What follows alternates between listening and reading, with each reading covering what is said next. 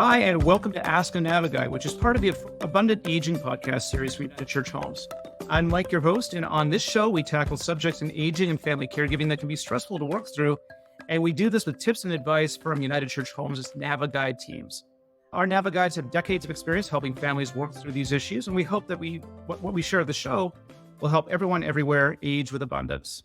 Today, we are lucky to have our NaviGuide Jennifer with us, and who will help us to understand programs that might be out there to help older adults, residents of affordable housing, and so on, get broadband, get Wi-Fi connectivity. So if you know somebody that needs to get connected, maybe can't afford it, this is the show for you. So hi, Jennifer. Hi, Michael. Thank you for having me. Thank you for being here. Before we start the show, just a quick note. Opinions shared in this podcast are those of our amazing NaviGuides and your host, and are not meant to convey nor take the place of clinical, legal, or other professional advice. So now that we've gotten that out of the way, Jennifer, I always like to start out this way. You're a NaviGuide with United Church Homes. Can you explain to our listeners what that is and how you found yourself in the role? Absolutely.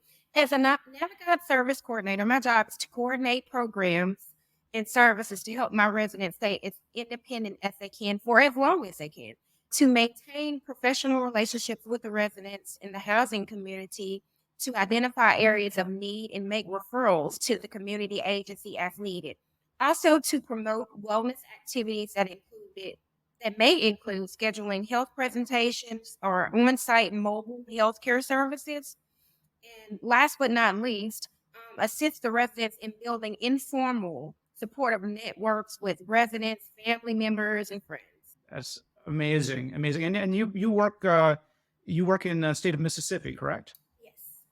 Got it. Okay, so we may be talking about both state, national available programs, maybe some programs also just available in Mississippi. So all of that is fantastic.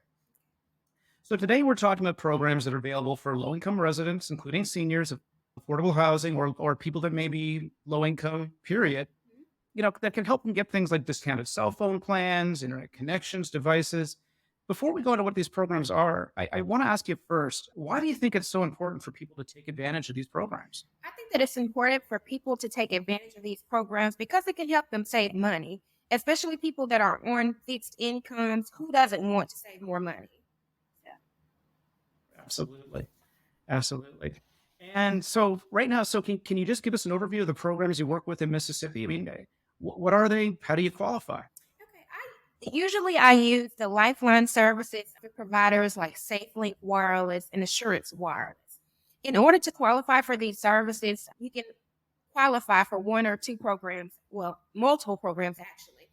Programs such as Medicaid, if you're using affordable housing, also known as Section 8, if you are below the 200% poverty level, if you are an SSI recipient, if you're on Social Security, or if you're on a SNAP program, formerly known as food stamps recipient, you can qualify for the program as well.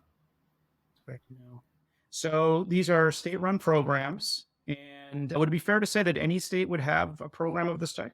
Yes, all states have them. They may just have different qualifications in order to receive the programs, but all states have them. Gotcha. And restrictions, I mean, things that people may not know about, how many, have you ever seen a situation where somebody may have thought they qualified and they didn't? Like, what would happen? Yes, there are definitely restrictions to these programs. You can have either a home phone, a cell phone, or a tablet at no cost through the program, but you have to pick one. I've had situations when I have on-site phone enrollment events. I've had residents who are already have cell phone services, but they want the tablet.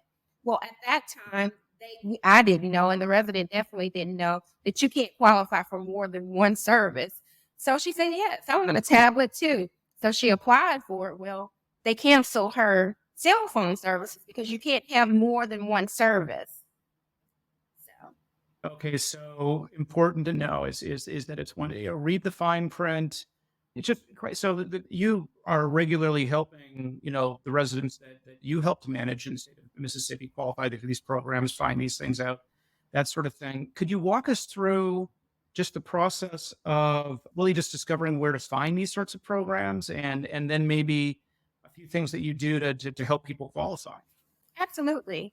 If you live in Mississippi, you can search online for the Mississippi Lifeline Assistance Program. If you don't have access to a computer or a smartphone, you can call 411 and ask to speak to the local area on aging. The process is very simple. You can go online, and I usually use either SafeLink or Insurance Wireless, and they ask several identifying questions, and you can upload identifying information such as like your driver's license, your social security card, and proof that you're participating in one of those services that we mentioned earlier. And they'll tell you whether you're approved right then.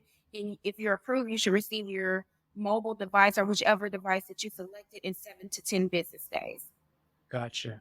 And as far as paying for the service itself, is it capped or is it a sort of a set discount that's every single month for someone that might be participating in one of these programs? Well, it just depends. Say, for instance, if I have several residents that participate in multiple programs. The first one is at no cost to you. Like, say, for instance, if I have a resident to come in and say, hey, Jennifer, I can't afford paying a $40 phone bill anymore. Is there any services available for me out there? I said, well, let me get you to sign a release of information form. And at that point, I become the person that speaks on their behalf. I'll see what services are available for them, and I will get them qualified for that. Well, a lot of the residents now, they want internet service as well. So there's a program, AT&T Access, for people that are senior citizens or low income. So I'll qualify them for that too. I'll go in there and do an online application for that. And if you're a food stamp recipient, you can get that. You can qualify for that service for $10 a month. So that's great. Usually it's $75 for someone who does not meet the criteria, but it's $10 for a SNAP recipient. So interesting. So if we just go over this, so qualifying, so factors that may suggest that you or a loved one or someone that you know may qualify for one of these programs, they could include, and just tell me if I'm correct on this, you're an affordable housing resident. All affordable housing? Yes, pretty much all affordable housing, because affordable housing is considered Section 8, which means that the government pays 70% of your income. So that means that you are below the poverty level and you would qualify for these services. If you're a Medicaid recipient, if you receive SNAP benefits, things like that, that are government assistance programs for people that are on low income. Gotcha. So if you're on Medicaid, if you're on a SNAP program, if you're in affordable housing, what have you, that's the good signal that you could qualify for some of these discounted programs or support programs for broadband. And there are programs for cellular service for phones, and then there are programs for internet service for getting your Wi-Fi, your broadband connectivity in your home. Gotcha. Don't want to leave out the fact that people that are on Go ahead. Yeah. Can qualify for these benefits too, because I work for senior citizens that are 62 years or older and some that may be disabled. So if you're an SSI recipient, you can qualify for these services. If you receive Social Security, you can qualify for these services. Got a Social Security disability. Understood. Okay. And then you had mentioned, like in Mississippi, there is the assistant program we're calling for. What's the name of the Mississippi program again? The Lifeline Assistance Program. Lifeline Assistance. You got it. And then what I've also got here is Mississippi is just one state, but just in researching this episode, it looks like every single state, has they seem to be administered to the state, but the FCC has a discount program. There may be state municipal programs that are different from Mississippi, but kind of the same, intent.